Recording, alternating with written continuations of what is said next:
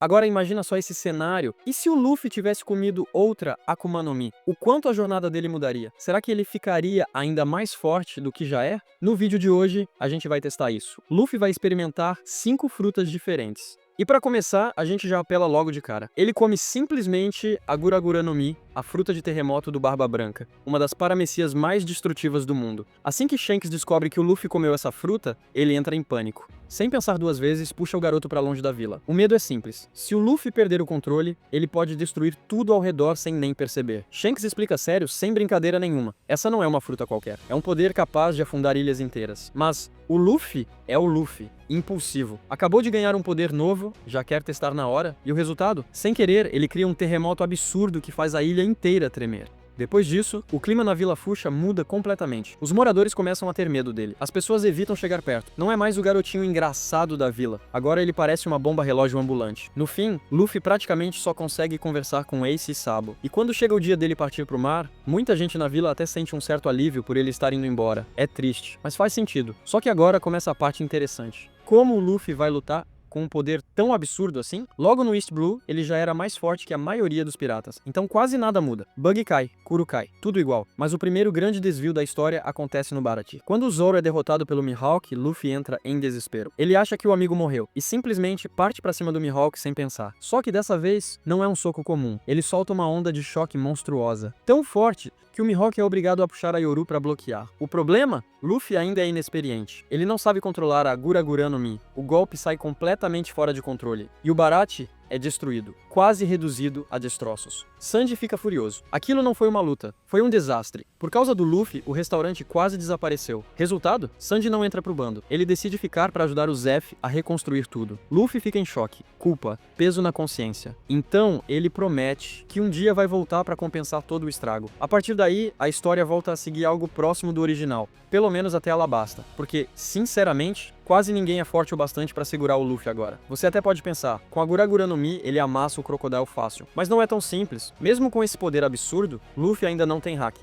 Então, no primeiro confronto, ele perde feio. Quase morre. Só depois de ser salvo pela Robin e descobrir que a fraqueza do Crocodile é água, a luta muda completamente. No segundo round, um único golpe de terremoto e o Crocodile cai. Só que nem tudo pode ser fácil para sempre. Porque o maior problema dessa versão do Luffy chega em Skypiea. Na história original, ele vence o Enel porque é feito de borracha, imune à eletricidade. Mas agora, sem o corpo de borracha, ele vira alvo perfeito. Cada raio machuca de verdade. Luffy apanha feio, fica gravemente ferido. Só que ele não desiste, nunca desiste. Quando vê seus amigos sendo atacados, a raiva explode. E ele libera um terremoto colossal. O céu inteiro treme, Skypiea balança, e a água branca das nuvens do Mar Celeste sobe como uma onda gigante, engolindo o Enel. E como a água anula usuários de Akuma no Mi, o poder elétrico dele falha por um instante. E esse único segundo é tudo que o Luffy precisa. Golpe final. Enel derrotado. Depois disso, o bando segue viagem até Water 7. Lá, eles enfrentam novamente a CP9 e o Rob Lucci. Só que dessa vez, o problema não é falta de força, é excesso. Luffy segura os golpes com medo de causar outro desastre como no Baratie. E por isso, ele acaba sendo derrotado no primeiro confronto. Mas quando se recupera,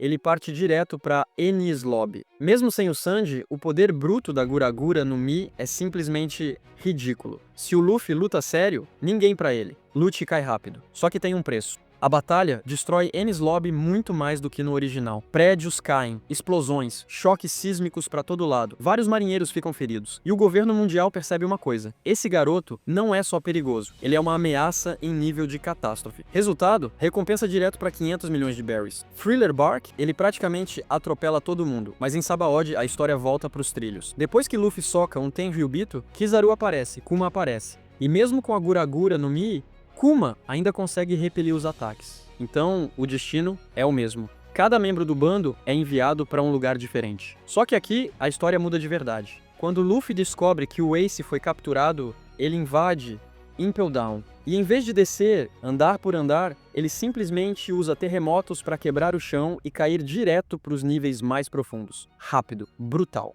Graças a isso, ele chega no nível 6 a tempo de salvar o Ace junto com o Jinbe. Magellan, sem hack, não aguenta o trio. Eles conseguem escapar. Jinbe nada puxando o navio, Ace cobre a retaguarda e assim, a grande guerra de Marineford simplesmente nunca acontece. Com o Ace vivo, tudo muda. o Barba Branca continua sendo um Yonkou. Mas o mais importante, Ace não morre. E se o Ace não morre, Luffy nunca sofre aquele colapso emocional. Nada de trauma, nada de desespero, nada de perder a vontade de lutar. Isso faz com que o treino de Haki seja muito mais estável, mais focado, mais rápido. Na verdade, ele pode até começar antes do tempo, e ao invés de 2 anos, talvez leve só 1 ano para completar o treinamento. Resultado, os Chapéus de Palha se reencontram bem mais cedo, e por causa disso, vários eventos da linha do tempo original simplesmente nunca acontecem. Por exemplo, eles nem chegam a ter problemas na Ilha dos Homens-Peixe, porque nessa realidade, a ilha ainda está sob proteção do Barba Branca, ou seja, ninguém mexe, a viagem é tranquila, sem caos, sem guerra, sem Rod Jones. E é justamente ali que o Jinbe decide entrar pro bando de vez. Agora sim, oficialmente, um chapéu de palha. Depois disso, eles seguem direto pro Novo Mundo. Só que tem um detalhe perigoso. Como treinaram mais cedo, muitos encontros importantes nunca aconteceram. Eles não conhecem Kinemon, não conhecem Momonosuke, e o mais crítico de tudo, Luffy não faz aliança com Law. Sem aliança, nada de destruir fábricas de Smile, nada de plano contra Doflamingo, nada de Dressrosa.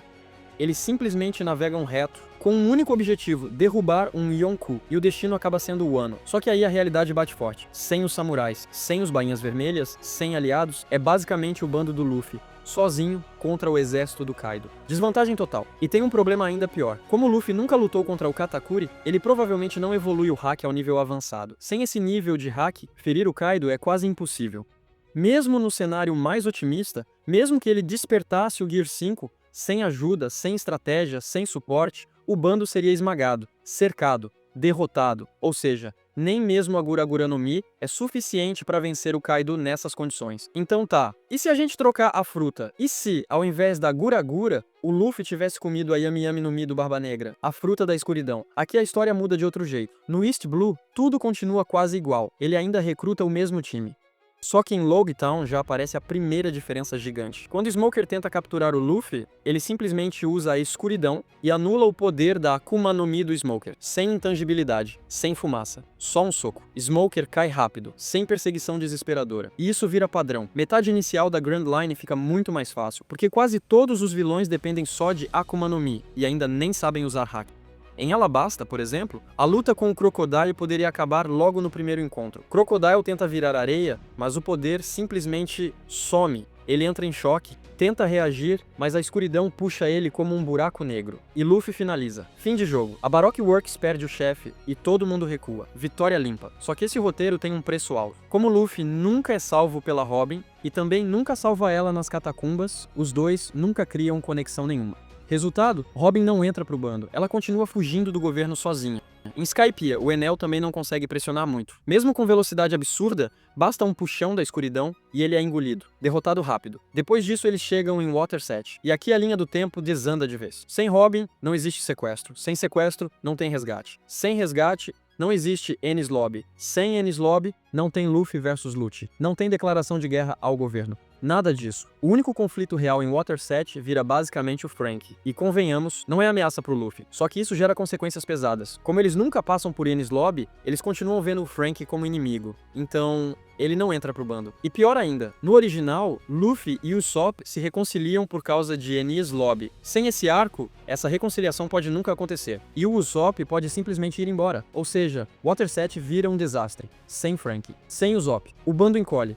Thriller Bark, até que é tranquilo. Mesmo com metade da equipe, Luffy ainda derrota o Moria fácil. Mas em Sabaody, a realidade volta a pesar. Kizaru, Kuma. Mesmo com a Yami Yami no Mi, não dá. Eles são superiores em Haki e resistência. O resultado é o mesmo. Cada membro do bando é teleportado para um lugar diferente. Só que tem uma mudança enorme nessa linha do tempo. Como Luffy comeu a Yami Yami no Mi, o Barba Negra nunca conseguiu essa fruta. E sem ela, ele nunca cresce tanto. Nunca vira uma ameaça monstruosa. E por causa disso, Ace também nunca é capturado. Logo, Marineford nunca acontece. Ace continua vivo. Depois de alguns dias, o bando se reúne de novo em Sabaody, como planejado. Mas aí vem o choque de realidade. Eles percebem uma coisa: ainda não estão prontos para o novo mundo. Ainda falta força, falta hack, falta experiência. Então, dessa vez, eles decidem treinar. Só depois do salto temporal é que finalmente partem de verdade. O problema é que nessa linha do tempo, o bando está mais fraco que o original. Sem Frank, sem Usopp, sem Robin. A força total cai drasticamente, e no novo mundo, isso cobra um preço absurdo. Eles até conseguem sobreviver por um tempo, mas quando chegam em Dressrosa,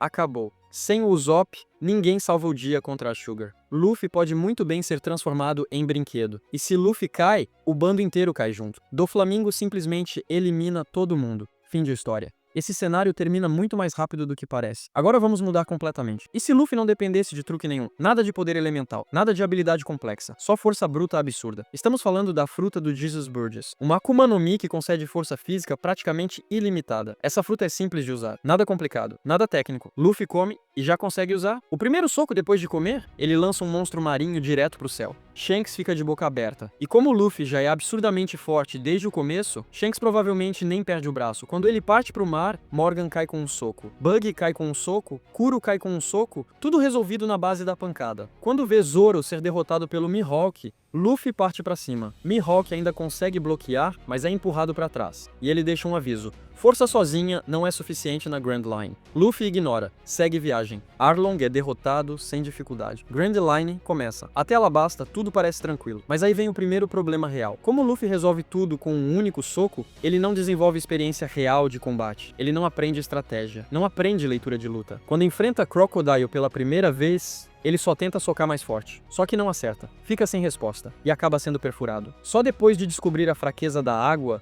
ele vira o jogo. E dessa vez, o soco é tão forte que praticamente lança Crocodile pelos céus. Mas em Skypiea surge um obstáculo impossível. Como ele atinge o Enel?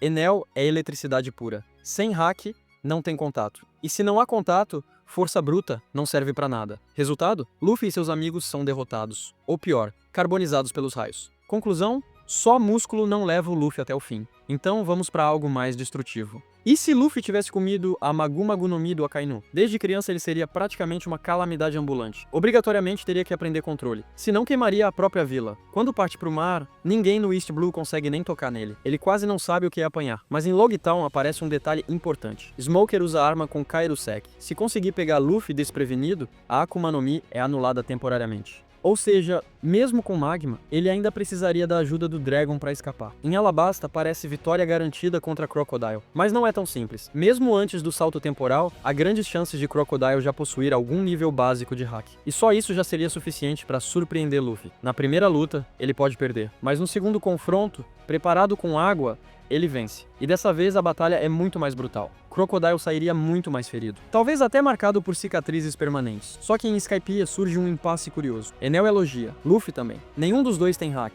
Os golpes atravessam, não há dano. A luta vira um empate infinito. Até que Luffy propõe algo totalmente à cara dele. Quer ir pra lua? Eu te ajudo. Como esse já era o objetivo do Enel, ele aceita. Skypiea fica em paz. Em Water 7, como CP9 ainda não domina hack, eles simplesmente não conseguem lidar com Luffy. Sem Enies Lobby. Sem guerra contra o governo. Tudo passa rápido. Thriller Bark é fácil. Em Sabaody, Luffy destrói pacifistas com facilidade, mas Kuma ainda é superior. E o bando acaba separado do mesmo jeito. Em Impel Down, a situação complica. Magellan ainda é um problema. E em Marineford, sem hack, Luffy não aguenta os almirantes. Como ele elogia, chega rápido até a execução. Mas justamente por chegar cedo demais, fica exposto. Sem apoio, sem proteção. Almirantes e Shichibukai atacam juntos. Sem hack, ele não resiste. Sengoku pode derrotá-lo com um único golpe revestido. Nesse cenário, Luffy pode morrer ao lado do Ace. Fim definitivo. Agora vamos para a última fruta de hoje. A Nikyu Nikyu no Mi, a fruta das patas do Kuma. Pode parecer aleatória, mas talvez seja a versão mais forte do Luffy. No começo ele teria dificuldade para controlar. Sem querer, sairia repelindo pessoas e objetos. Mas mesmo com controle básico, já seria absurdo. No East Blue, um toque. E o inimigo voa a quilômetros de distância. Em Logtown, ele nem precisa do Dragon. Basta repelir o Smoker e seguir viagem. A jornada acelera. Ele simplesmente empurra os obstáculos para longe. Em Alabasta, a luta contra Crocodile deixa de ser tensa. Crocodile lança areia. Luffy repele o ar e dissipa tudo. Crocodile tenta se aproximar, um toque, e é arremessado pelo deserto inteiro. Eu imagino assim. Primeiro, Luffy lança Crocodile longe como aviso. Some de Alabasta. Mas se o Crocodile ainda fosse teimoso e insistisse em continuar lutando, aí o Luffy não ia pegar leve. Ele simplesmente encostaria a mão nele e empurraria o Crocodile direto pro meio do mar. Talvez meio pesado, mas é o tipo de lição que faz o cara nunca mais voltar. Depois disso, o bando segue para a próxima ilha, e o padrão começa a se repetir. Inimigo forte? Tanto faz, um toque e passagem só de ida para o céu. A partir daqui, praticamente todo mundo que enfrenta o Luffy tem o mesmo destino. Encostou, voou. Só que quanto mais ele usa a Nikki Nikki no Mi, mais criativo ele fica. Não é só repelir pessoas, ele começa a perceber algo muito mais absurdo. Ele consegue repelir dor, repelir cansaço, repelir até emoções negativas. Basicamente, ele pode tirar o sofrimento dos aliados no meio da batalha. É um suporte e um monstro de ataque ao mesmo tempo. Uma combinação completamente quebrada. Mas aí chega Sabaody, e como sempre, o mundo real bate forte. Só que dessa vez tem uma diferença gigante. Não existe Kuma para salvar o bando, porque o Kuma é o Luffy agora. Kizaru aparece, a situação esquenta. Por sorte, Rayleigh surge para segurar o almirante, mas ainda tem Sentomaru e um exército inteiro de pacifistas. E esses caras são um problema de verdade. Enquanto o resto do bando luta para sobreviver, Luffy fica preso num mano a mano tenso contra o Sentomaru. E o Sentomaru sabe, se o Luffy encostar a mão, acabou. Então ele pressiona sem parar, não dá brecha nenhuma. Forçado ao limite, Luffy usa um golpe pesado, um choque de ar comprimido gigantesco, tipo a explosão que o próprio Kuma usava em Thriller Bark. Boom! Sentomaru vai pro chão, Luffy corre para ajudar os amigos e o bando inteiro consegue escapar, sem separação, sem tragédia. Eles seguem juntos para a Ilha dos Homens-Peixe. A princípio, você até pensaria, então não vai ter salto temporal, mas aí entra a decisão mais inteligente. Rayleigh para o grupo diz na cara, vocês ainda não estão prontos para o novo mundo. Então, ao invés de cada um treinar separado, todo mundo treina junto. Hack pra geral. Durante esse período, Robin lê o jornal e vem a bomba. Ace vai ser executado. Luffy trava. O coração despenca. Mas dessa vez, ele não quer arrastar o bando inteiro pro inferno. Então toma uma decisão arriscada. Vai sozinho. O resgate em Marineford segue parecido com o original. Caos. Guerra, explosões, mas na hora crítica, em vez de abrir as algemas e fugir correndo, Luffy faz algo muito mais simples. Ele toca no Ace e repele o próprio irmão para um local seguro, teleportado para longe da execução, instantaneamente. Depois disso, Luffy recua com a ajuda do Barba Branca. E dessa vez, quem fica para trás é o próprio Barba Branca. Ele segura a guerra e morre como uma lenda. Mas Ace vive. A guerra termina muito mais rápido, muito menos perdas. E então sim, vem o treinamento pesado. 2 anos. Só que esse treino tem efeitos diferentes do original. Frank não ganha aquele upgrade maluco de tecnologia, mas compensa com o hack do armamento muito mais forte. O Zop não foca tanto nas plantas especiais, mas desperta hack da observação bem mais cedo. Todo mundo evolui de forma mais raiz, mais combate direto. Depois do salto temporal, a jornada flui, Ilha dos Homens-Peixe resolvida, Dress Rosa resolvida, Do Flamingo cai. Katakuri ainda é um desafio enorme, mas quando Luffy desperta a visão do futuro, ele supera. E aí chegamos na pergunta final, a mais importante de todas. Com a Nikki Nikki no Mi, Luffy consegue derrotar o Kaido e salvar o Wano? Muito provavelmente, sim. Assim como no original, ele ainda passa um tempo preso, aprende hack avançado. Mas o diferencial dessa fruta é absurdo. Num 1 contra 1, ela é praticamente quebrada. Qualquer golpe do Kaido, Luffy pode repelir. Ou pior, pode devolver o ataque com hack. Imagina o próprio poder do Kaido voltando contra ele. Mesmo com toda a resistência monstruosa, uma hora ele cai. E no fim, Kaido pode acabar do jeito mais humilhante possível, sendo arremessado direto pro mar. Do mesmo jeito que o Crocodile. Poético, e assim, talvez essa seja a versão mais forte do Luffy possível. E é isso, se você curtiu o vídeo até aqui, deixa o like, se inscreve no canal e a gente se vê no próximo recap. Valeu e até mais.